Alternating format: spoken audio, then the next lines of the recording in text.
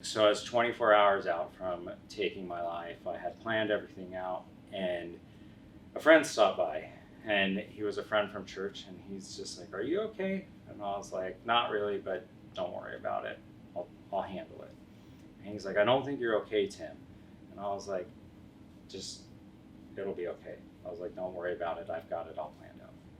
And so that night, I put the kids to bed, and I was in the garage collecting a couple things, and like that was when God just like swept in and was like, "You just need to ask for help right now." He's like, "This isn't what I want you to do." Welcome to the Miracle Academy. This is your host, Scotty Cooper, and this is where miracles are expected.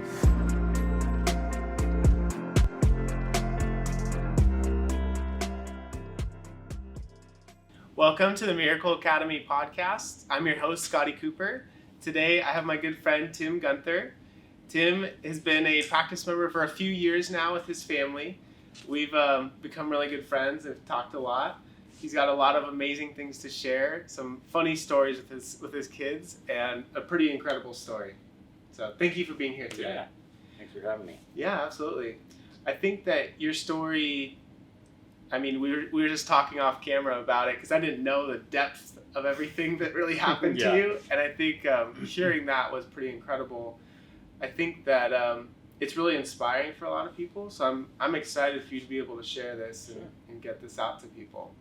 So really, what kind of started your journey? I think like when I look at my story, I think the piece that I have to say is everything's centered around my faith in God. And that that is like the crux of kind of what makes like my story like meaningful, and that like without that, like everything would have been meaningless. That like my faith in God is what got me through a lot of stuff, and like without that, it would have been pointless, and I wouldn't be sitting here with you today. And so I think like I go back to my childhood, and so then there's like a couple like defining moments for me as a child that like kind of started to structure my perspective of myself. And so one of the things for me was that like as a kid, I struggled with bedwetting, and my parents love my parents, great people, and they just tried to do the best they could. And me being a father, I understand that like challenge of like there is no instruction book. I don't know what to do, and so you just take you take a guess, and you're like, maybe this will work. And the whole time you're just trying to help your child out, right? So my parents were trying to figure out like, how do we get him to stop wetting the bed? And so then it was lots of different things, specialists, doctors, all those sorts of things. And we just like, nothing was really working. And so then it was like this reward system. And so then they were like, well, we'll, give him a reward when he, doesn't have accidents. And so, but as a kid, what I started internalizing was that like, well, if I don't wet the bed, I'm good. If I do wet the bed, I'm bad. And, since talking to my parents, they were like, man, like that's never like what we were trying to instill in you. But like, I just started to develop this pattern of like, oh, like I'm broken and I'm a bad kid because I would have these accidents. And so then like, I started trying to hide it. So I would have an accident and I'd get up in the middle of the night and be like, oh shoot, like I had an accident. So I would strip my bed down. I'd hide my sheets in the closet. I would go sneak into the hall closet, get a new pair of sheets, put it on, change my pajamas and everything. And then the next day, hope I could find a window to like wash everything without getting caught. And so then what I would get in trouble for was for hiding, not because I had an accident, but as a child, I couldn't like draw this distinction between the two. So it just started to like instill in me like something's wrong with you, you just don't quite fit in. And then like school, like I was overweight as a kid and like I'd get made fun of. And so like I constantly just had the message I internalized was you're not like everybody else and stuff's wrong with you. So I kind of like let that define me, which meant I started to close off a lot of people and say like, I have to do this on my own and I'm just gonna push through. So I became an extremely good problem solver, which today helps me out great in my career because a lot of my job is just problem solving. And so like I learned how to do that as a kid, unfortunately through adversity. And so then like you just kind of like fast forward that I started to really just internalize a lot of these things and not talk about it anymore. The whole time, like my perspective of God never changed, but my perspective of people definitely began to change. That I was like, people aren't going to help me out, and I'm on my own. And so I just have to figure out how to do this on my own. So we then, skipping way forward, about 6 years ago, I hit like my lowest of lows. And like, we had been at that point married about 7 years. We had 3 kids, but like I didn't know how to handle everything. And so then for me, I was like, I'm just a mess. I'm not helping my family out anymore. And I was like, I'm completely broken, just continuing to compound all of this stuff from my childhood. And I said, like, honestly, the best thing at this point is for me to just take my life, and it will be easier for everybody. And I had like I'm a software developer, so like I have a full analytical side of my mind, right? So like I analyzed all the numbers, I checked out the life insurance policy. I said, I'm past this like statute of limitations. Even if I take my life, they still get the insurance money, so they'll get a big boost of money, and it will just be better. And so I was 24 hours out from taking my life. I had planned everything out, and a friend stopped by, and he was a friend from church, and he's just like, are you okay? And I was like, not really, but don't worry about it. I'll handle it. And he's like, I don't think you're okay, Tim. And I was like, just, it'll be okay. I was like, don't worry about it. I've got it all planned out. And so that night, I put the kids to bed, and I was in the garage collecting a couple things. And like, that was when God just like swept in and was like, you just need to ask for help right now. He's like, this isn't what I want you to do. And I just fell apart, and I'm just like weeping in the garage, and I just text my friend help. And he lived about 5 minutes from me. He's like, I'll be over right away. He's like, let me throw some clothes on. I'll come over. So he sits with me for about 3 hours. Most of it, I'm just crying on the floor. And that was when we watched God say, like, I'm going to redeem your image of the church and of people. And so he's like, I'm going to come and put people in your life that aren't going to abandon you, that aren't going to leave you, and tell you that, like, I never intended for you to do this on your own. And so that's when I started to understand, like, the importance of community. And, like, God designed us to live in community, and he's like, I never designed you to do this on your own. And the reason you're struggling is because you're trying to do this on your own. And so we, a small group of people from church, said, we're just going to sit with you, we're going to meet with you, and we're going to love you, and we're not going to abandon you here. So then they just said, they're like, it's all hands on deck, everyone's going to help the Gunthers right now. And we hadn't had that in our lives before, so we were just like, okay, like, cool. And like, they're praying over me like week after week, and they're telling me things, and I'm kind of like, yeah, okay, whatever. Like, eventually this will all fade off. You know, this is the honeymoon phase, and they'll realize how messed up I really am, and then they'll walk away, because that was what I was used to.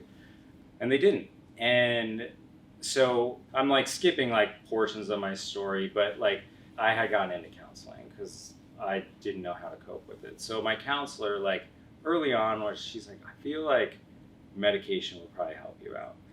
And like Amy and I have always been like, we're not opposed to medication, but we're like, it's a last resort. Like, I'm going to try to figure out how to naturally resolve this first.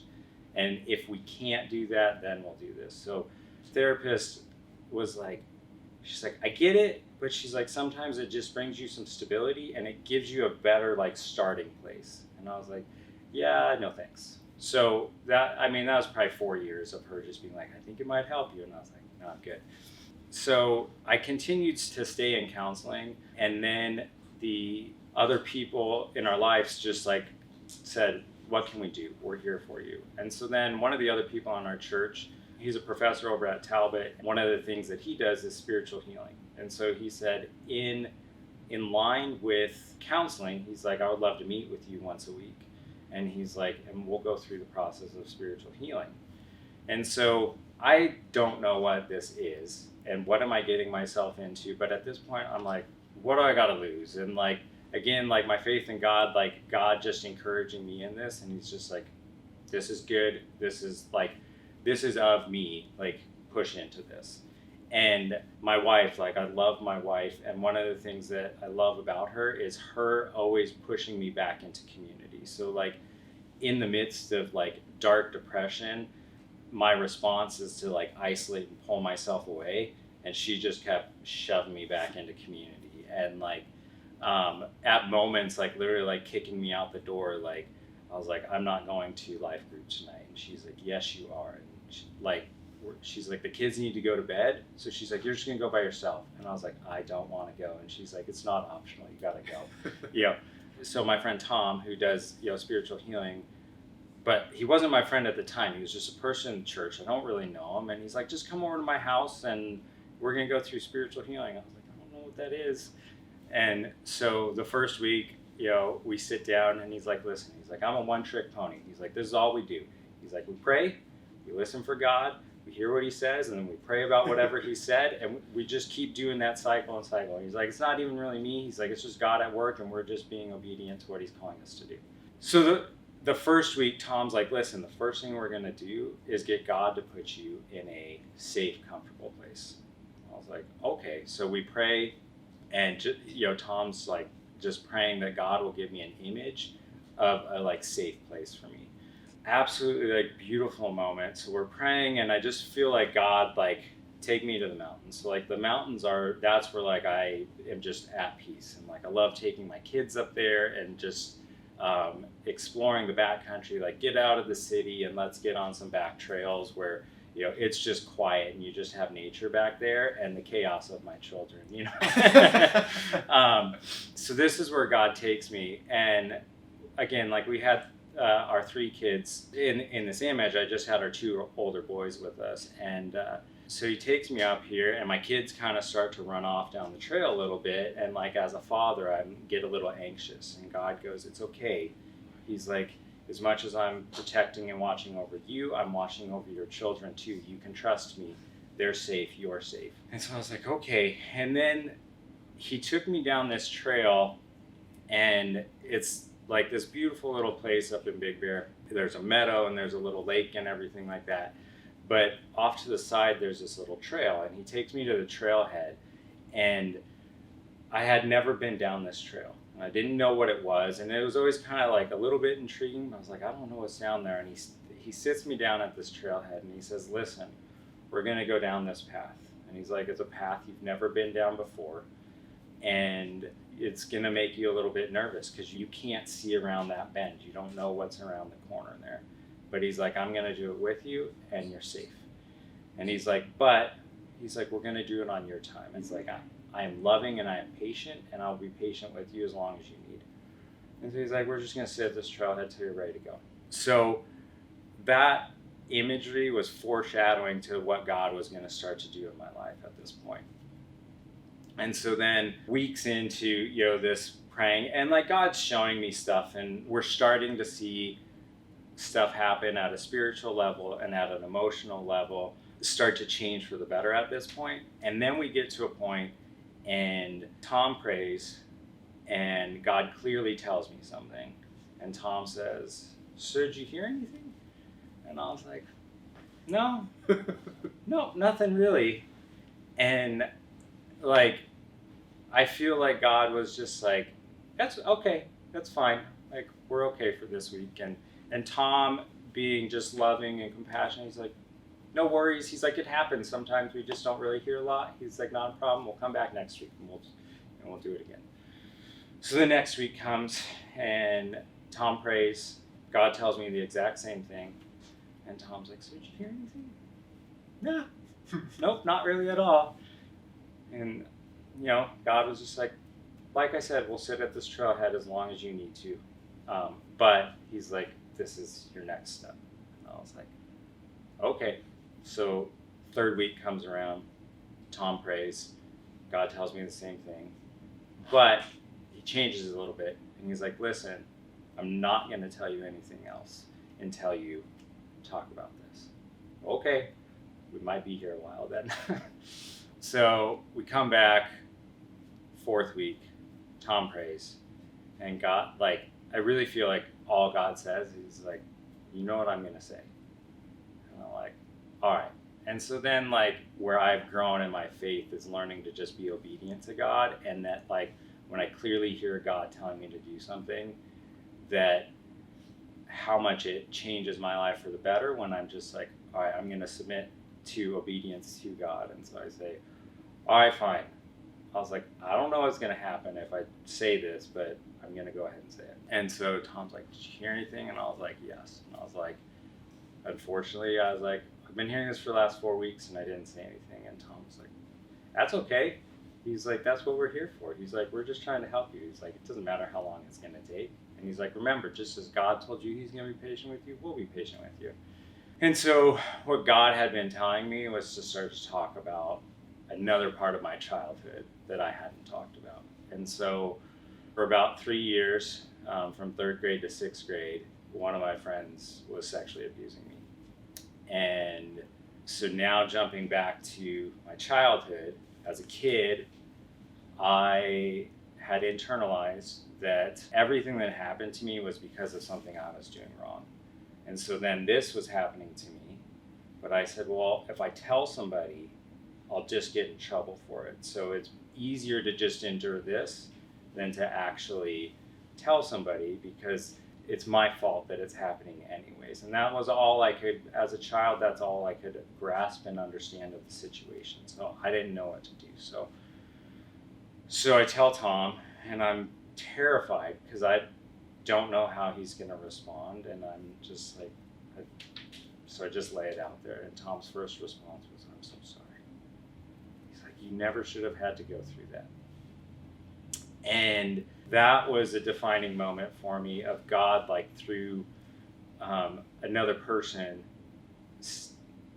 saying, we're just here to love you. And God saying, I love you. And God saying, I didn't design this world for you to go through that. And so then we just started talking about it. And up to this point, I had told no one about any of this. My wife didn't know. I didn't share this with my counseling. Counseling plateaued because I didn't share this. So we probably had close to 3 years where we just really didn't make any progress in counseling. And it was because we had gotten to everything we could, but I had to start opening up about this other part.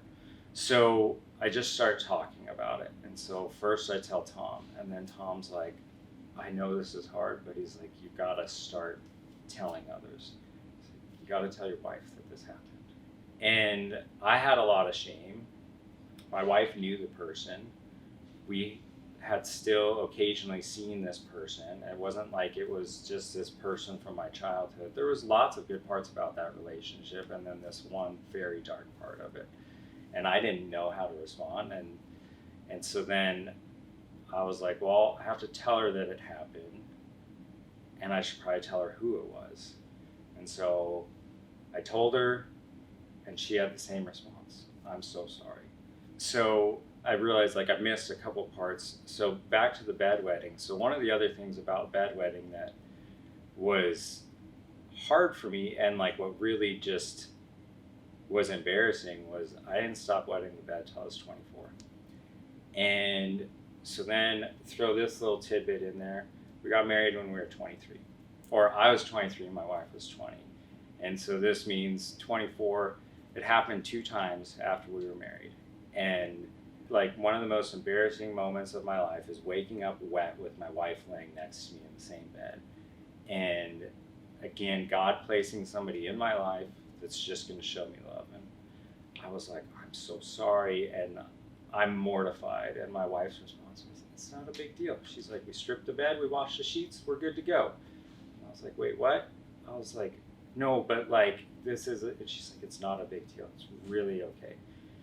And I was like, okay. So then it happened one more time. She had the same response, not a big deal. And then she's like, listen, she's like, I'm just going to set an alarm for the middle of the night, and I'll just gently wake you up, encourage you to go to the bathroom. So I was 24. I turned 37 next month. I haven't had an accident since then. And so there's a couple pieces of that. One, this is God putting a loving person in my life. And the reason it stopped was because I finally felt safe. And I had a place where I was feeling loved and I was feeling safe. And so then at this point, like, my subconscious is able to like say, all right, we can control this situation now. So then I take this back to counseling. So now I go back to counseling and I start talking with my counselor about the abuse. And her response was, I'm so sorry. And she's like, but I'm sorry for two reasons. First, I'm sorry that this happened to you. Second, I'm sorry that I didn't like acknowledge that this was happening to you. And I was like, I don't understand. I was like, I didn't tell anyone about this. No one knew this happened. And she's like, one of the key signs of childhood abuse is bedwetting after adolescence. And she's like, I saw that when you opened up about it, but she's like, she's like, knowing your story, she's like, I didn't want to believe that that was another part of your story. And so I was like, well, okay. I was like, you don't need to be sorry. Like, I'm not mad at you. She's like, I know, but she's like, it explains so much more now. And so then I just started opening up about it. Eventually I went back to my parents. I told my parents about it. They didn't know. And there was some challenges there of like, you know, as a kid, I was like, or as an adult, like internalizing all of this stuff of like, did my parents know and not do anything about it? Or if they didn't know, why didn't they know? And I eventually just had to let that go. And again, like through counseling and through God and working in my life through people, it was just like, it doesn't matter. Like, it happened, but like what matters is what happens next. And so again, just the church surrounding us, being invested in a community now that says, we're here for you. And initially, like, the stage you're in, we're just gonna give, and we're not expecting much back from you in our community right now, other than to just be present. Then at this point, we're starting to see growth, we're starting to see healing. A couple of the people in the group said, like, we feel like you have, like, physically you have an imbalance, like a chemical imbalance. And we think that, like, just to give you a like better starting point, that everyone encouraged me to be on medication for a little while. And they're like, we'll pray it's just a season, but let's just try to like give you a stable ground. And so like my counselor, and I think this was probably what eventually got me to be like, all right, we'll do this for a season. She's like, listen, she's like, if you're starting like with half a tank and everyone else is starting with a full tank, she's like, you're never starting at the same place. And so you're always starting at a deficit. She's like, all we're trying to do is allow this to let you start at the same place. So when you do dip, you don't dip as far. And so we do that. And it helped for a season. And so we said, all right, we'll do this. And so then I really look at like, there's three like main things. So there's my physical health, my emotional health, and my spiritual health. And so just starting to see all of those grow and saying like on the physical side, all right, if this is what we need for a season to allow the physical side to like continue to grow so that we can ultimately get to healing, then we'll do this. And it was just one of those, again, watching like God being like the overarching over all of this and spending so much time in prayer about everything and just feeling like God continuing to push us through all of this. And this church that we were at, we had only been there about 2 years. And literally everything I talked about was a couple months into us being at this church that this all started. Then they journeyed with us for 2 years. And right towards the tail end of it, the church that we're a part of has multiple congregations. One Sunday morning, I was just volunteering in the tech department, and they were like, hey, like, we're going to pray about, you know, this new launch that we're going to do. We're going to do a church plant out in Chino. And I was like, that's interesting. And then, like, I just, like, felt like God saying, I just want you to pray about that. I was like, okay. And so then I went home, and I was like, hey, Amy, like, at church today, they're talking about, like, the Chino, you know, church plant and everything. And I was like, I felt like God being like, you guys should pray about that. And my wife looks me straight in the face, and she leans in, and she's like, that is the dumbest idea you've ever had. And I was like, okay, fair enough, but I think we just need to pray about it. And she's just like, oh, she's like, I can't believe you'd say that. She's like, we're finally in a healthy community. Like, we have people invested in our lives. And she's like, it's taken us our entire marriage to get here. Why would you want to walk away from that? I was like, because I feel like God's telling us to. And she's like, oh my gosh, she's like, what are you doing to us? And I was like, I don't know. She's like, you're finally like in a good place. Why would we just walk away? I was like, because I feel like God is saying, I've brought healing to so many areas of your life that I'm now calling you to start giving back. And she's like, I don't know. She's like, I don't want to talk about it anymore tonight. I was like, it's fair, just pray about it. And then, of course, just the whole timing of it. At the time, I was traveling a lot for work. And so I get on a plane the next day to go on a business trip. And so I drop this bomb and then I leave, right? So we're now both just in our own places and just praying about it. And she sends me a text and she's like, I don't like this, but it's maybe not the worst idea you've had. And I was like, great. I was like, let's just keep praying about it. So we continue to pray about it. And I get back from the trip and she's just like, all right, we can keep exploring this. And so then we go back to the pastor at our church and we tell him, and we're like, listen, like, we've been praying about this and we feel like God's calling us to go be a part of that church plan.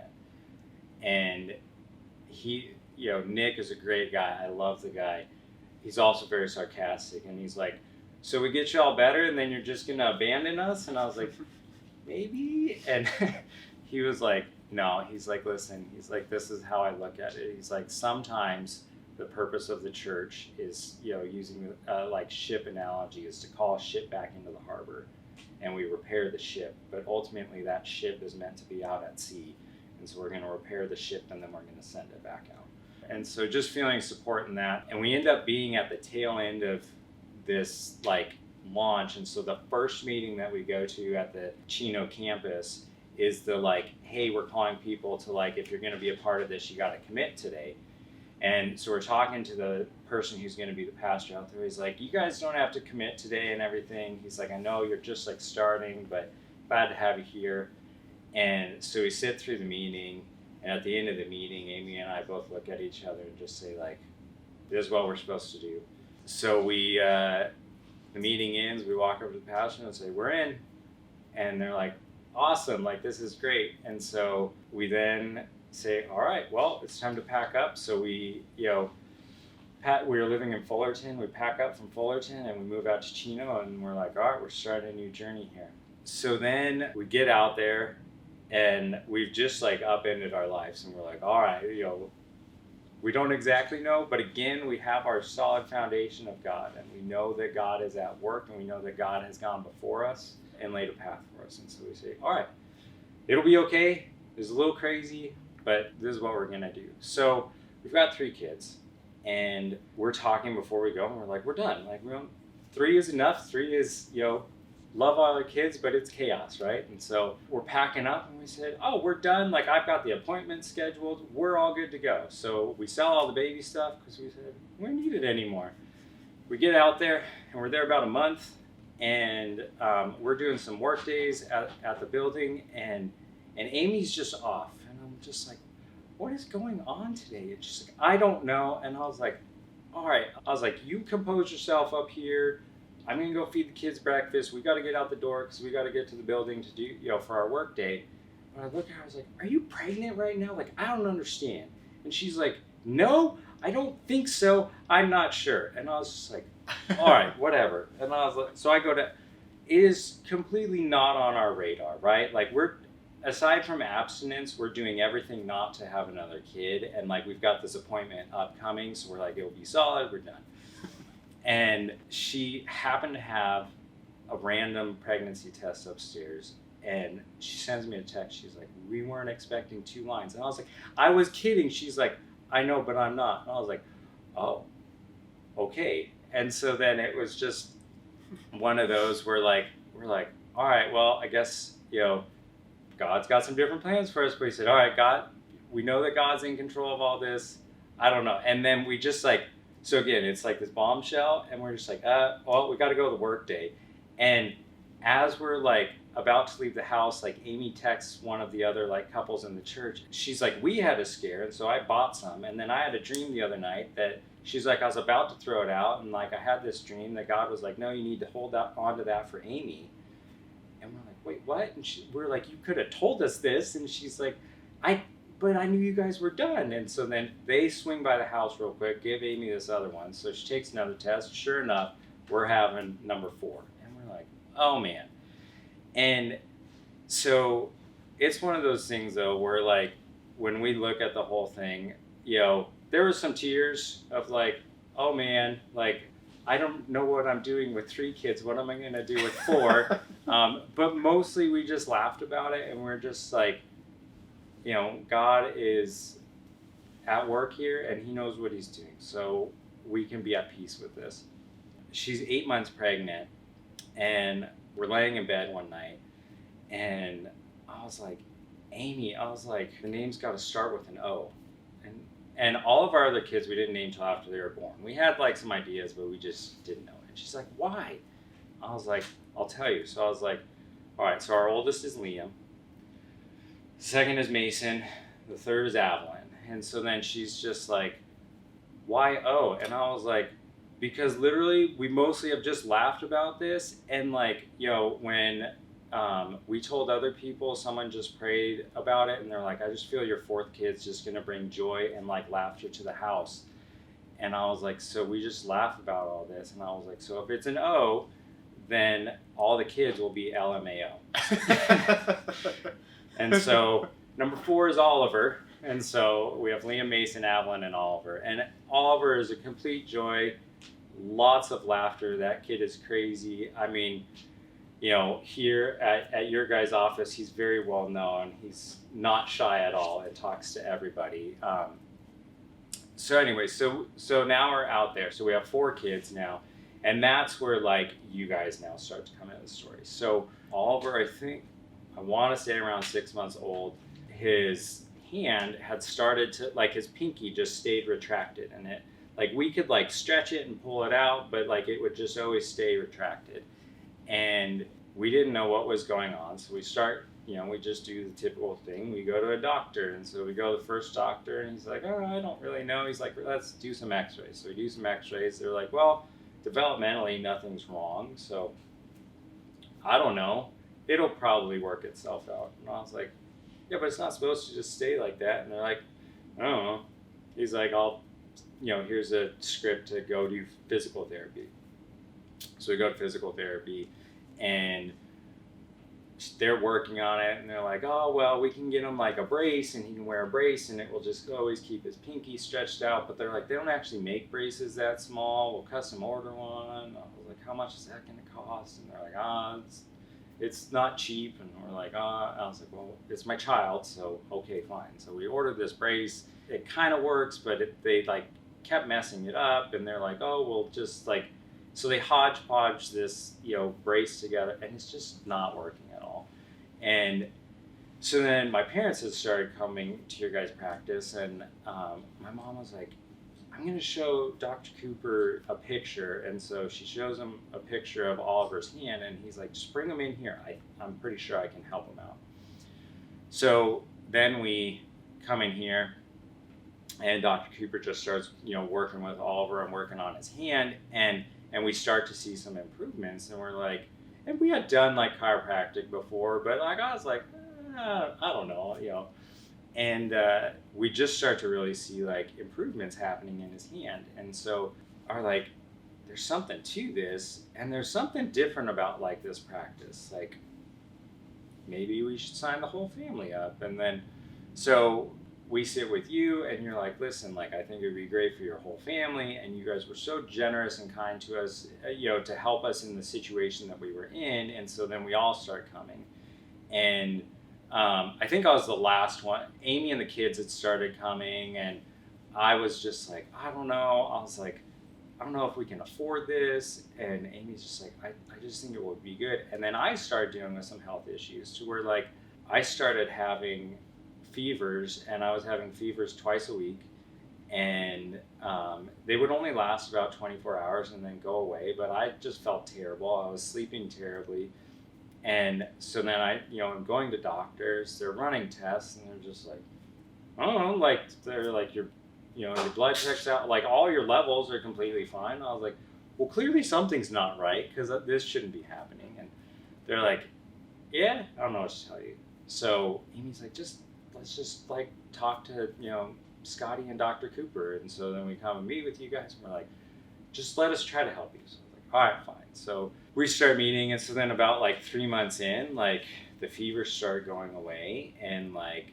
we're starting to see improvements there. Oliver's hand is now like almost, non-existent, and like to this day, like it's one of those things where we're like, oh yeah, like Oliver had an issue with his hand when he was little. Like we, completely forgot about that. I mean, he turns 3 next week, and you'd have no idea. The kid runs around and is completely healthy. Then like we start seeing stuff happen for me. So again, like going back to those pillars of like spiritual health, emotional health, physical health. And so then we start seeing like you guys help us on that physical side, but then also like as you like get to know our family, like you guys fully encouraging those other areas of like, spiritual and emotional health for, our family as well, and just individually like partnering with us through all of this. And like it's just been a fantastic relationship as we've gotten to know you guys more. So then Dr. Cooper starts working with me about like, let's teach you how to like learn what like your body is telling you. And so then again, like I had shared, like I'd started on medication for depression. I never wanted to be on it long term.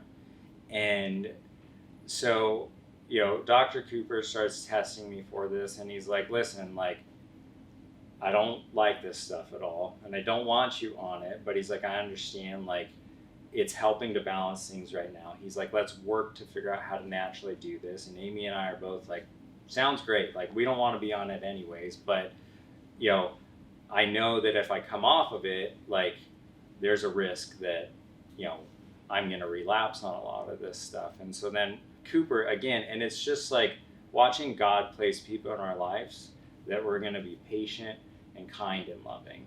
And so Dr. Cooper's like, listen, like, I'm not going to pressure you to quickly get off of this. I'm just going to, we'll work together. And so I want to say that was about a year that we worked together on that. And I'm now 9 months that I've been off of medication. And it's all of those areas together that has gotten me to the point where like, I don't have dips like I used to. Like I still have emotions and everything. It's not like I'm just a robot now, but but I have not dropped like in the last months anywhere near to where I used to drop, and just stable and completely off medication, and so grateful for that.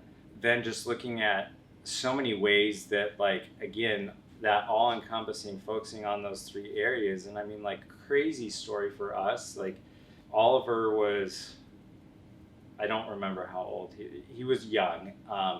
And I was doing some repairs at home, and he was upstairs with me, and complete opposite side of the room. And I had drilled a hole in a shelf to do the pilot hole real quick, set my drill down right next to me, and he's on the other side of the room. So, I turn around to grab the shelf, and as I turn around, he's run over, he's grabbed my drill, and it's too heavy for him.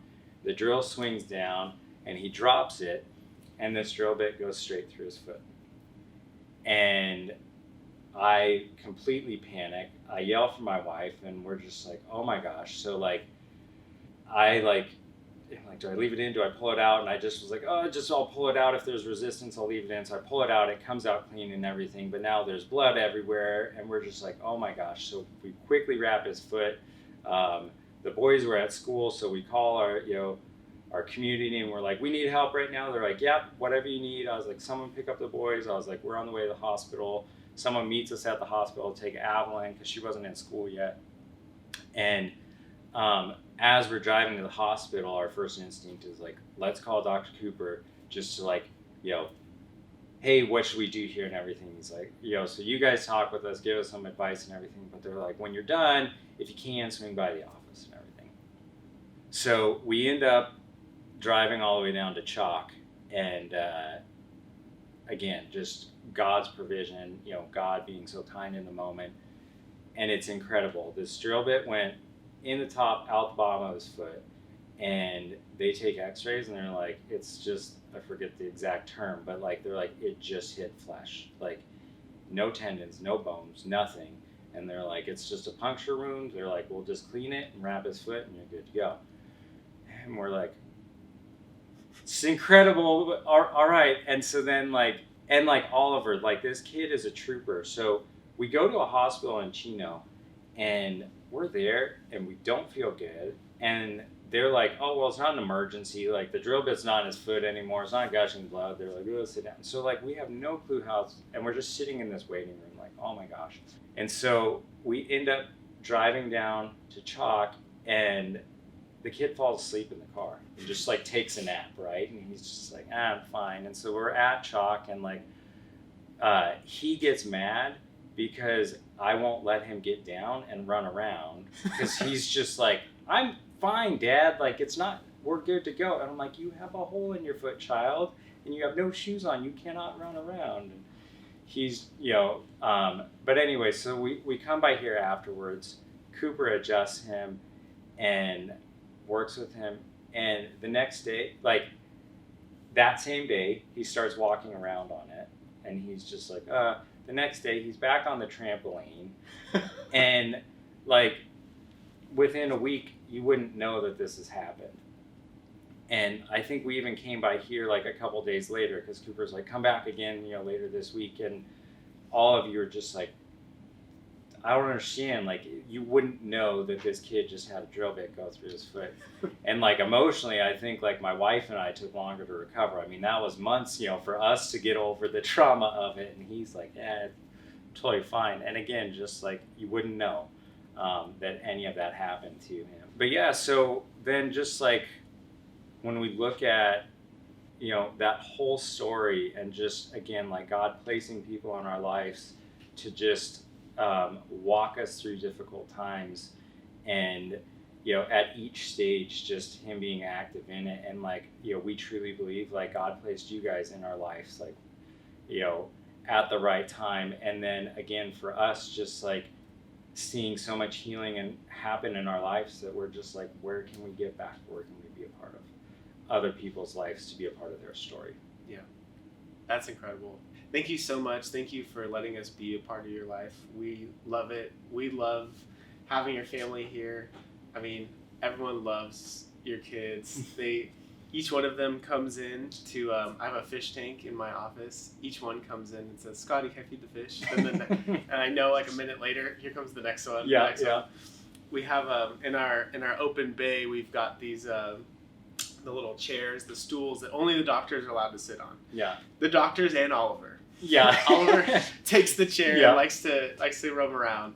But he's the only one that we're like, fine, Oliver could use the chair. No one else can be on the chair. Yeah. But yeah, we totally love you guys. Thank you so much for sharing your story. Absolutely. I appreciate it so much. I think it's, like you said, I think it's going to help other people in their healing, and super appreciative and happy for that. So Great. Thank you for being on the podcast today. Yeah. So this is the Miracle Academy with Scotty Cooper. This is Tim.